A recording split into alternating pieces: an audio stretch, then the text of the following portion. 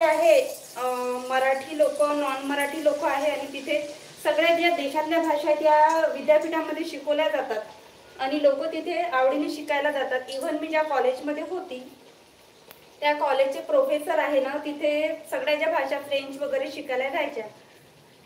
माझं शिक्षण M.Com झालं आहे, master of commerce. Master of commerce झालंय माझं, M.Com मध्ये शिक्षण झालंय. तसं मला MBA करायची खूप इच्छा होती की मी MBA करावं, पण कधी कधी नाही होत मॅनेज. कधी पैशांचा प्रॉब्लेम येतो तर कधी कशाचा. तर मी M.Com केलं आणि मी समाधानी आहे. जेवढं शिक्षण घेतलं त्यामध्ये मी समाधानी आहे. त्याच्यातूनच काही आणखी जे आहे नवीन नवीन शिकण्याचा प्रयत्न करते. आणि यूट्यूब असं माध्यम आहे, यूट्यूबवर एवढं सगळं ज्ञान आहे.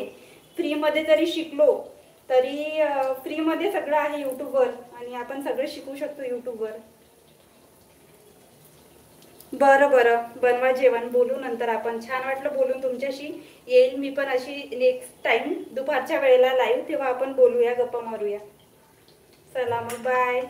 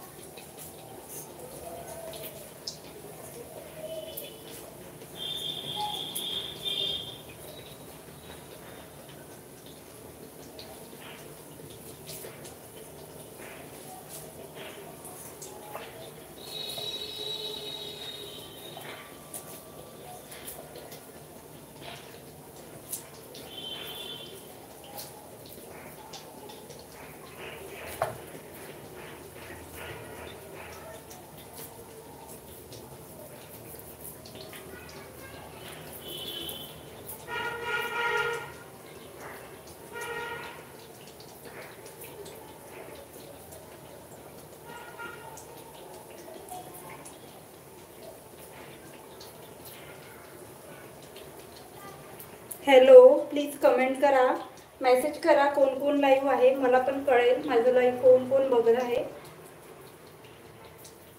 आणि माझे हात भरले असल्यामुळे मी आता जे काही करत आहे प्रोसेस ते काही तुम्हाला दाखवू शकत नाही. सो तुम्ही आताच थोडं ॲडजस्ट करा. तुम्हाला मी नंतर दाखवतेच माझे साबुदाणा वडे कसे झाले आहेत ते. रोज रोज तर आपण तेच तेच खातो, काही असलं तर असं नवीन प्रकार बनवतो. पण आज म्हटलं चला बनवूया. सकाळी साबुदाणा बनवला होता मी टिफिनमध्ये, तो तुम्हाला आज सकाळचा जो माझा व्लॉग आहे जो मी शूट करून ठेवला तुम्हाला उद्या येईल. तर मिस्टरांचं ऑफिस असल्यामुळे मिस्टरांसाठी मी साबुदाणा केला होता आज आणि दही वगैरे फ्रूट्स वगैरे आहे ते टिफिनमध्ये दिलं होतं. तर तुम्हाला लंच बॉक्सचा पण व्हिडिओ जो आहे तो उद्या बघायला भेटेल. तसा ते मी लंच बॉक्स जो आहे पूर्ण कसा प्रिपेअर करते आणि कसा मी लंच बॉक्स देते मिस्टरांना, ते पण मी एक डिटेल व्हिडिओ बनवला आहे मॉर्निंग रुटीनचा, तो पण तुम्ही बघू शकता.